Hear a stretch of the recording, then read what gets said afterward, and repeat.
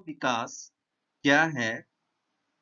इसकी परिभाषा यदि हम लोग किताब में देखते हैं, तो काफ़ी कठिन शब्दों का प्रयोग किया गया है और उन शब्दों को यदि हम समझने की कोशिश करते हैं और उसको सरल करते हैं, तो कैसी परिभाषा बनेगी, इसको हम लोग यहाँ पर देखते हैं। मानव विकास के कुछ सूचक हैं। उन सूचकों में पहला सूचक है स्वस्थ रहने के लिए भौतिक सुविधाओं की उपलब्धता। दूसरा सूचक है आर्थिक विकास के समान अवसर। तीसरा है राजनीतिक स्वतंत्रता। चौथी चीज है शिक्षा की व्यवस्था और पांचवी चीज है पोषण। इस प्रकार स्वस्थ रहने के लिए भौतिक सुविधाओं की उपलब्धता, आर्थिक विकास के समान अवसर, राजनीतिक स्वतंत्रता, शिक्षा की व्यवस्था, पोषण को मानव विकास हम कह सकते हैं।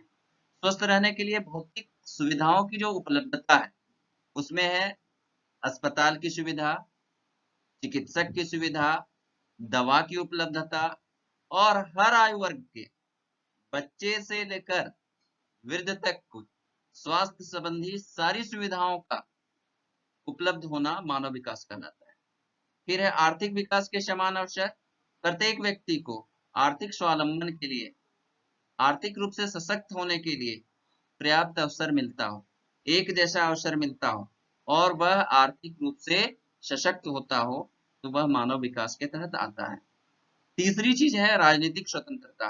राजनीतिक स्वतंत्रता में उनको बोलने की स्वतंत्रता, उनको धर्म मानने की स्वतंत्रता, उनको वोट देने का अधिकार, उन्हें देश के लिए कुछ करने का अधिकार और देशभक्ति के साथ साथ अपने कर्तव्य निर्वहन की स्वतंत्रता और देश के विकास में उनके योगदान को भी मानव विकास माना जाता है।